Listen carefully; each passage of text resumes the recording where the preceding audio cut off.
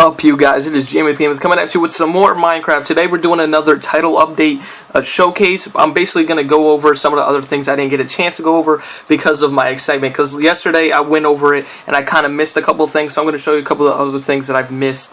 And you're wondering probably why I'm at the main menu. And that's because they've added things to the options menu of the world creator. So if you go into more options, you see, of course, they got reset nether, they got the regular stuff, but if you go into game options is where it gets kind of interesting. So I got this world in creative, but if you put on the host privileges, you'll see there's a day and night cycle. So if you turn it off, if you disable, I should say, then night will never come. So it's kind of good if you're doing videos like this, so I might as well do that now, just so it doesn't become nighttime. Also, there's keep inventory, which I think will be really helpful for people who are like making adventure maps. So any of you guys making adventure maps might want to check that out. They also have mob spawning, which you can turn off. You can turn off mob griefing, which means like creepers won't like destroy blocks or sheep won't eat grass if you turn this off. They also got mob loot, so if you turn it off, they won't drop stuff. And what else is this? I don't even remember what this one. Oh yeah, it's a tile drops. Oh yeah. There's also tile drops, which is basically adventure mode. If you do in fact break blocks, then you won't be able to pick them up. So I guess it's more adventure map kind of supporting ideas.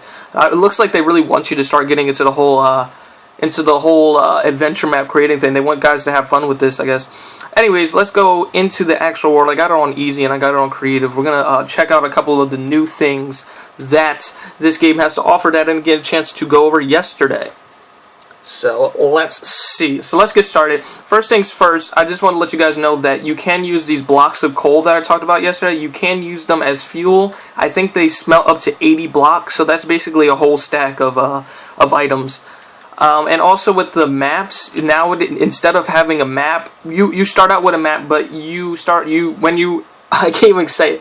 When you're in creative, they give you an empty map, and I was trying to figure out what it does, and it just seems to, you click it and then it just gives you a map. I don't really understand why, but that's what it is. So that's how maps work now. Maybe if you create a map in survival, that's how it'll look, but I'm not very sure. Also, I want to show you guys a couple of things of how to tame the horses and what you can do with the horses, because I didn't get a chance to do that yesterday. So I'm going to get some of the stuff in my inventory. Let's spawn a horse. Oh, look, it's a beautiful white horse.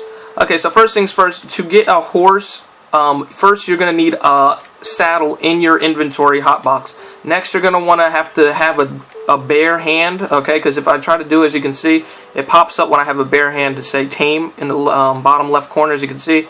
So if I tame him, he's going to move around a little bit and then he's going to kick me off. Let me stop flying for a second. So yeah, I'm going to try to tame him. Oh, I only got him in 2 tries. There we go. So now we can press the right stick in, and it'll let me dismount him, and then I can put a saddle on him simply by going, because he has his own inventory now. As you can see, if you can't really see it on the screen, there's a little saddle icon there. Put the saddle there, and if we had armor, we could put the armor right there. Now he is decked the fuck out, and we can ride him. Now, I don't really understand the whole, you can see that little line for his stamina, and I guess it's the height, like the longer you hold it, the higher he jumps. But it goes up and down, as you can see right here. He has like a minimum amount of jump height he can get. So you're always going to be jumping pretty high, but you can reach a max level if you let go of it close to the end. So that just is something that you can do with the horses. Oh yeah, wait, let me get off of it. One other thing I forgot to do is that with the leads, you can also tie your horses up to like a fence post. So let me, what the hell? What's that horse again? A little too close with that spider. So let's go grab our lead. We can grab our horse and tie him up to that. As you can see, now it's tied up, and if you want to, you can release him and then you can ride him again. So we'll just keep him there so he doesn't start walking around everywhere. Alright, so let's put that stuff back. Next things next is we're going to talk about the dropper. There's not too much I can see happening with this, but I just wanted to show you guys how it works. So you put something in the dropper once you've crafted it. So I put a diamond block in there, and what a dropper does is when it's powered by redstone, it'll push blocks into chests for you. So it's almost like a dispenser, except the dispenser doesn't put things into blocks, it simply shoots them out. So as you can see right here, there's nothing in this chest right now. If I activate this dropper, then I look in the chest, the diamond block is down the chest and it is out of the dropper. So that's just how droppers work. Now let's talk about the hoppers. I want to show you exactly how these work. So the interesting thing about these is I can drop anything into them. So as you can see, there's nothing in this chest. But if I grab a map, let me try to see and drop it in. As you can see, I dropped it in, but it's not hovering over the block like it usually does. But if I look in here, it's now in here. Now, there is one problem with the hoppers that you guys might have noticed when you guys tried it out, and it's that if you put a block next to a hopper when you're, placing it down, it won't connect to the chest, and you'll have to retry, and you'll have to break it and retry. So as you can see right here, you can kind of see the tube. It's going into this stone block, because what I did was I took a hopper, and I took a stone block, and I took a chest. Let me just show you exactly what I did. So when I first tried it out, this is what I did. I put the 2 blocks down, I put the chest down, and then I put the hopper down, but the hopper connects to the block instead of the chest. So the easiest way to fix that problem is to simply build up a couple blocks.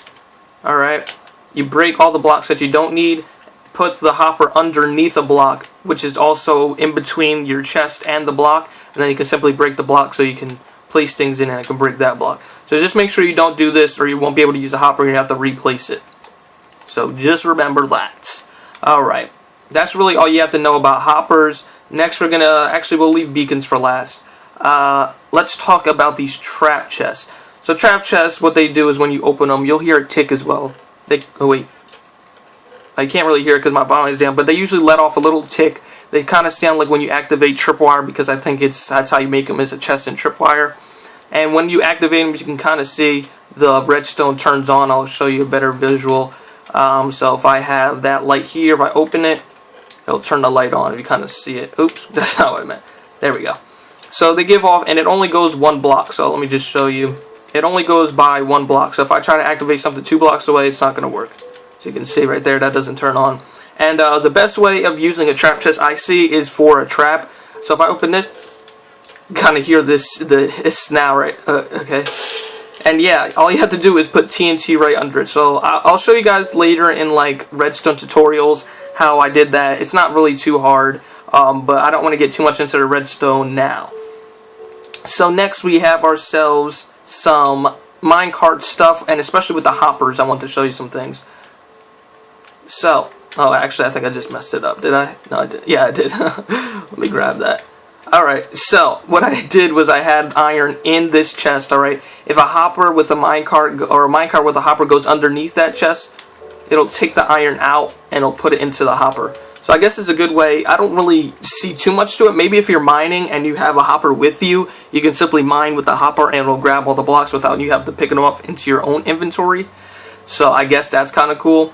Now the activator rails are activated with redstone. As you can see, I use a redstone block there. But they work the same even if you have an activator rail when it's disabled. As you can see, I had something in this chest. I didn't show you because I'm a genius. But now the diamond's in there. Let me just show you one more time just to show that this works with anything. We go bam. Oh, did it go off the rails? Push back on. Go. There we go. Alright, and then if we look back in the hopper, like I said, it takes it. Pretty straightforward. But if you activate an activator rail underneath this chest, which I kind of think is interesting, so I used this redstone block to power this activator rail. Hopefully it'll pass by. I'm not sure if it will, but as you can see, we have a emerald in here. If we try to push this, all right. So what we've learned before is that it'll pick it up as long as it's right under it. But as you can, oh wait, what the hell? Wait, what? That wasn't supposed to happen. That's weird. That shouldn't happen. It's supposed to not grab it. Maybe I was wrong. That's what I've heard from. I kind of read on it, and it worked once. Oh, look at there. Now it doesn't work. What the hell? There we go. Okay, let's try it one more time. Let's just do a couple test runs. Maybe it works half the time. I don't understand. Oh, look at, yeah. So now it doesn't work. Maybe I just stood on something the wrong way. But when you activate the activator rail, it doesn't affect the hoppers. Well, the hopper gets disabled, so it won't pick anything up. So it'll be just like a regular minecart in a sense. And as you can see, this is what redstone blocks do. They simply give off charge. So I'm using that charge to power this activator rail right here. And we're going to talk about TNT. So basically, of course, the only way to activate the TNT in a minecart is to use an activator rail. When it passes by, it'll explode. So let me just show you that in action. And of course, if it's not powered, it's not going to do anything. So let me just push that. So you can see it gets power when it touches the activator rail, and bam. That is some serious shit. The one good thing about the TNT explosions is I can't even speak. It doesn't destroy your rails. So if you're trying to mine for stuff, I think this is a good way of mining. If you have some TNT on you and you don't really want to have to carry it in your inventory, you can just simply push it down your mine shaft and let it rip once it gets there. Alright, so anything else? I think that's all I had to do with that. We got our trap chest, we have our activator rails and our hoppers. Let's go to beacons. Now, beacons were the most confusing thing, and I had to do a lot of research on these things. So as you can see, this is a beacon, and this is what a beacon looks like activated. It'll leave that really long tail of light, and if we go super duper far away, so you can see, I can still see the beacons. Let me kind of put it like this so I can see all of them. So you can see, you can still see them. I'm going to try to run away as far as I can. But, wait, I lost them. No, there they are. So as you can see, I don't know if you guys can see, but I can still see them. I'm super far away. Everything's getting blurry.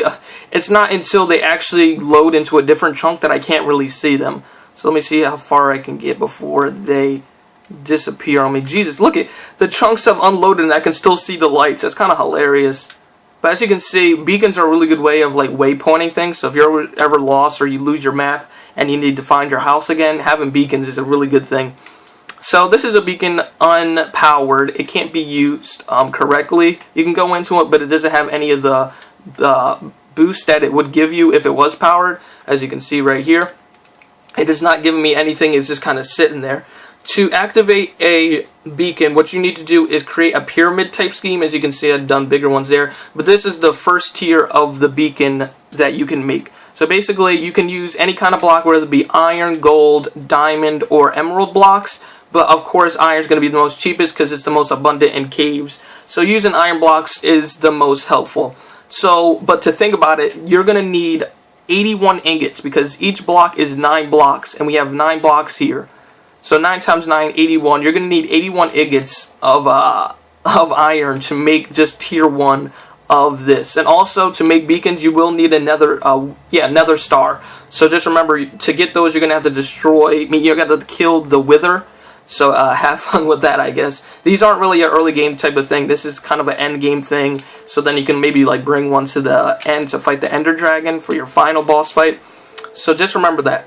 So 81 ingots just to make tier 1. So now if we go into this, let me go get some stuff. Now if we go into this, as you can see, these two are lit up, which is speed and haste. Haste is something that we don't really know on Xbox yet, but haste basically lets you mine quicker, and for some reason I just got a flash on my camera, sorry for that. Haste lets you mine quicker, and of course speed, you know that well enough. So if we wanted to activate one of these, we would have to put one of these gems into this little slot right here. Of course, again, the cheapest way of doing that would be iron, and they all work exactly the same. So we put one piece in there, we pick what we want. Let's say we want it speed, because I can't really show you haste since I'm in creative. So now as you can see, we got speed. You can kind of see my screen kind of went weird. And now we have speed. So if I go down, I don't know if you can tell very much with this. Maybe the speed is strengthened as we go up the tiers. But right now I'm not too fast. I feel a little fast. We're not too fast. Alright, so this one has speed coming off of it. And if we wanted to change it, all we would need to do is put another ingot in there. Alright.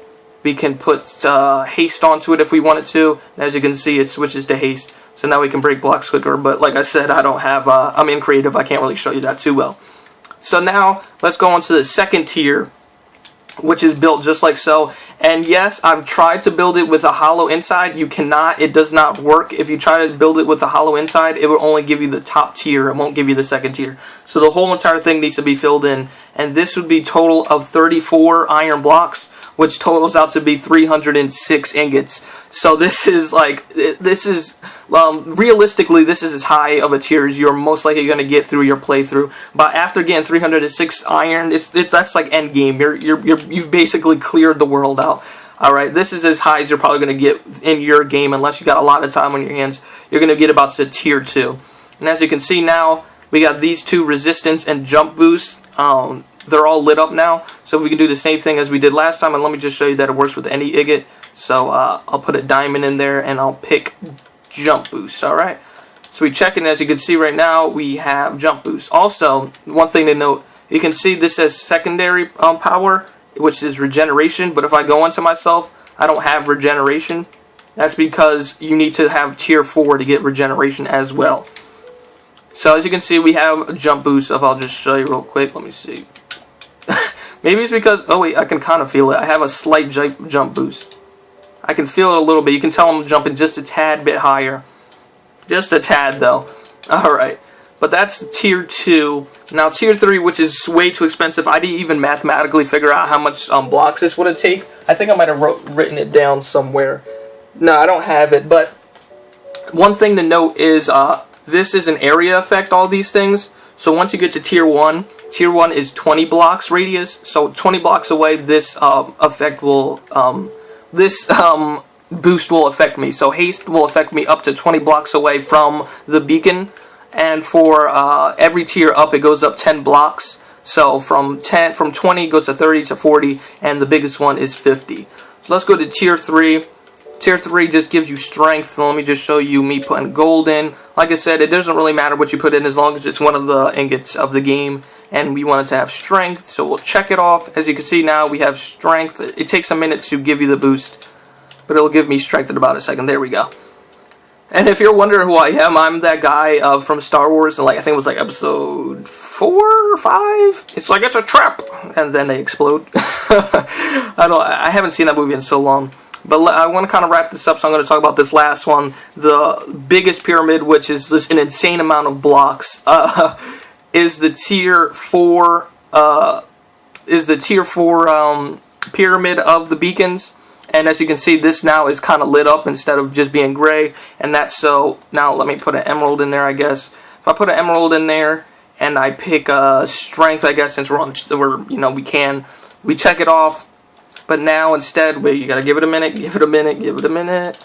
Let me land. How about we do that? Oh, I mean that.